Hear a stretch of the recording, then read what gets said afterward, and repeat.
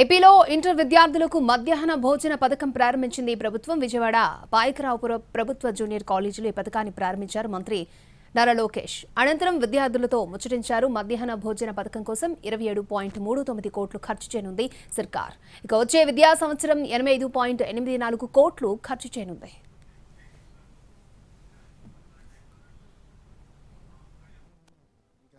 కార్యక్రమాలు కూడా జరిగేదానికి లేదని మేము నిర్ణయం తీసుకున్నాం.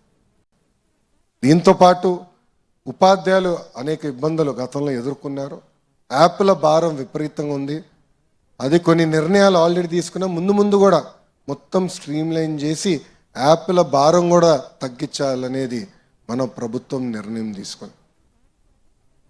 ఇంతేకాకుండా కేజీ నుంచి పీజీ మొత్తం కరికులం రీవ్యాంప్ చేయాలని నేను ఒక కార్యక్రమం ప్రారంభించాం.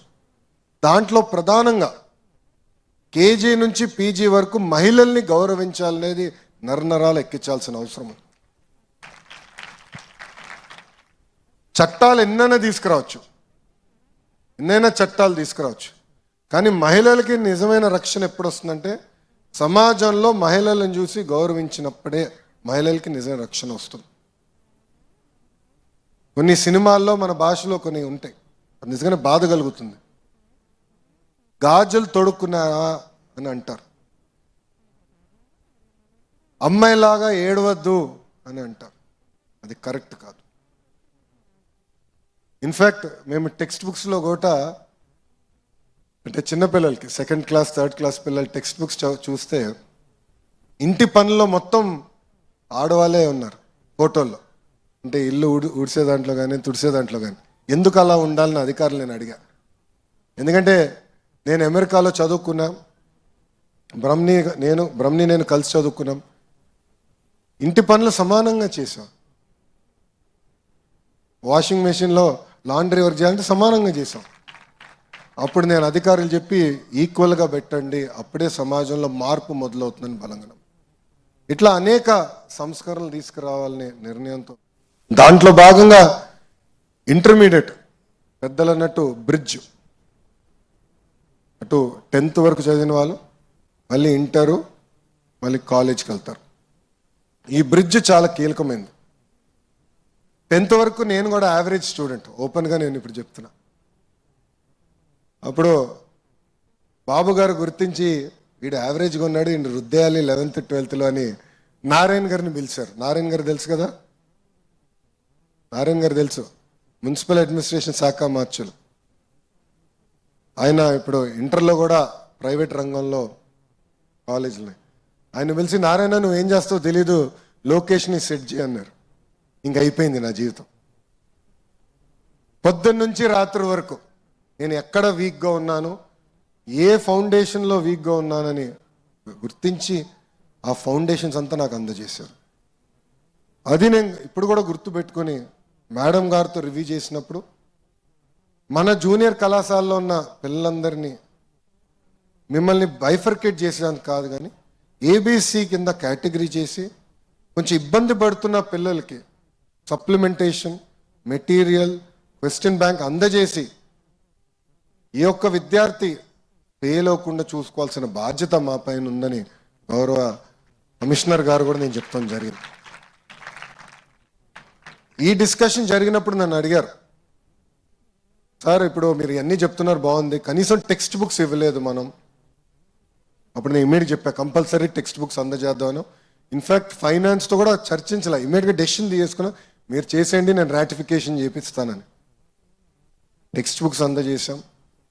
కానీ చేసిన తర్వాత ఇంకా బలోపేతం చేయాలి, గైడ్స్ ఇంకా స్ట్రాంగ్గా రావాలని మేము అందరితో మాట్లాడి నెక్స్ట్ ఇయర్ నుంచి, అంటే మీ జూనియర్స్కి ఒక అదృష్టం, ఎందుకంటే నెక్స్ట్ ఇయర్ నుంచి బలమైన గైడ్స్ టీచర్ ట్రైనింగ్ మెటీరియల్ ఇవన్నీ కూడా మన ప్రభుత్వం అందజేయబోతుంది.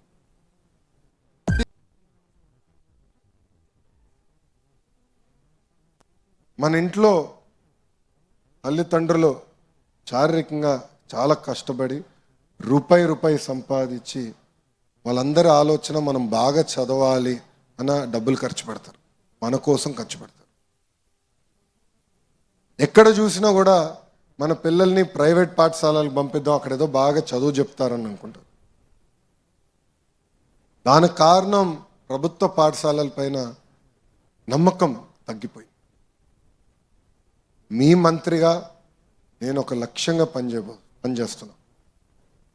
కేజీ నుంచి పీజీ వరకు ప్రభుత్వ పాఠశాలలు కానీ విశ్వవిద్యాలయాలు ఎలా బలోపేతం చేయాలి, ప్రైవేట్తో ధీటుగా ఎలా పనిచేయాలి, వాళ్ళకి ఎలా పోటీ ఇవ్వాలి, రాబోయే సంవత్సరాల్లో 1, 1, 2, 3, 3 అనే వచ్చినప్పుడు గవర్నమెంట్ ఆఫ్ ఆంధ్రప్రదేశ్ పలానా జూనియర్ కళాశాల పిల్లలు తీసుకొచ్చి బాధ్యత మన ప్రభుత్వం తీసుకుంటుందని ఈ సభాముఖంగా మీ అందరికీ తెలుపుతున్నాం. ఇది నేను సాధించాలంటే మీరందరూ భాగస్వామ్యం అవ్వాలి. ఇప్పుడున్న మీరందరూ బాగా చదవాలి. నేను కూడా ఇంటర్ చేశా. నా ఇంటర్లో నా మిత్రులే ఇప్పుడు కూడా నా జీవితకాలం కూడా మిత్రులుగా మిగిలిపోయారు. దొంగ పనులు కూడా చేసే అప్పుడు, కానీ అదంతా పార్ట్ ఆఫ్ లైఫ్. సో సత్య గారు స్ట్రిక్ట్ మాస్టర్, నేను కొంచెం లీనియంట్ మాస్టర్. చదవాలి, బాగా చదవాలి.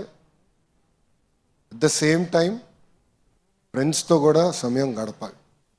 ఇది ఎందుకు చెప్తున్నానంటే, మన కష్టకాలాలు వచ్చినప్పుడు మనకు అండగా నిలబడేది మన మిత్రులు. మనం కొన్ని విషయాలు తల్లిదండ్రులు చెప్పుకోలేకపోవచ్చు, కానీ మన మిత్రులు చెప్పుకుని వాళ్ళ దగ్గర సలహాలు తీసుకోవచ్చు. ఈ 2 సంవత్సరాలు చాలా కీలకమైన 2 సంవత్సరాలు. అందుకే సీరియస్గా తీసుకోండి. ఒక పక్కన ఎంజాయ్ చేస్తూ సీరియస్గా చదవండి. ఉపాధ్యాయులు చాలా అద్భుతంగా పనిచేస్తున్నారు. నిజంగా వాళ్ళు అభినందిస్తున్నా. నేను చూశాను, ర్యాంక్స్ బాగా వస్తున్నాయి. కానీ నేను వాళ్ళని కోరేది, గౌరవ హెచ్ఎం గారు ఇప్పుడే చెప్పారు, అకాడమిక్ పర్ఫార్మెన్స్లో మన జూనియర్ కళాశాల 2 స్టార్లో ఉంది. అంటే చాలా ఇంప్రూవ్ చేయాలి. అకాడమిక్ పర్ఫార్మెన్స్ అంటే అటెండెన్స్ కానివ్వండి, ఇంకో పక్కన ఇంటర్నల్స్లో కానివ్వండి, లేదంటే గత బ్యాచెస్లో పాస్ పర్సంటేజ్ తక్కువ ఉంటే మనది తగ్గిపోతుంది. సో ఇక్కడ ఒక్కరు కానీ తక్కువ అటెండెన్స్ వస్తే ఆటోమేటిక్గా అకాడమిక్ పర్ఫార్మెన్స్ తగ్గిపోతుంది. దయచేసి ఇది సీరియస్గా తీసుకోండి. ఈరోజు డిగ్రీ చదివితే కానీ ఉద్యోగాలు వచ్చే పరిస్థితి. సో డ్రాప్ అవుట్స్ అనేది ఉండకూడదు. పొరపాటున ఫెయిల్ అవుతే ఇంట్లో చెప్పేస్తారు, అరే నువ్వు ఇంకా చదవలేవులే, ఎందుకు నువ్వు వెళ్ళి పని చేయని. అది జరగకూడదు. బాగా చదవాలి. మీకు అండగా ప్రభుత్వం నిలబడుతుంది. ఇక్కడే పెద్దలు అన్నట్టు ఒక విజనింగ్ ఎక్సర్సైజ్ జరిగింది, విజన్ 2047. మేము నవ్వుకున్నాం. అనిత గారు హోంమంత్రి గారు నాకన్నా 1 సంవత్సరం పెద్దవారు. సో డాష్ పైన మేము ఇద్దరం అనుకున్నాం, సార్ మనం స్కూల్లో ఉన్నప్పుడు విజన్ 2020 అన్నారు బాబు గారు అని, గుర్తుందా అన్నారు. గుర్తుందండి. ఆ రోజు నవ్వుకున్నా, ఏం విజన్ 2020 ఏమవుతుంది దీనివల్ల అని. కానీ ఈరోజు మనం వెళ్ళి చూస్తే, హైదరాబాద్ని చూస్తే, ఆ రోజు బాబు గారు ఏ విజన్లో అయితే ఆ విజన్ డాక్యుమెంట్లో పెట్టారో అది నిజమైంది. అదేవిధంగా విజన్ 2047 తీసుకొచ్చారు. దాంట్లో అన్ని రంగాల ఆంధ్ర రాష్ట్రం అగ్రస్థానంలో ఉండాలి. సబ్ కేటగిరీ ప్రకారం తీసుకొస్తే ఈరోజు విద్యాశాఖ కానీ వైద్య శాఖ కానీ అందరూ కూర్చుని ఆ విజన్ సాధించడానికి వచ్చే 5 సంవత్సరాలు ఏం చేయాలి, దాని తర్వాత ఏం చేయాలి మేము ప్లాన్ చేసుకుంటాం.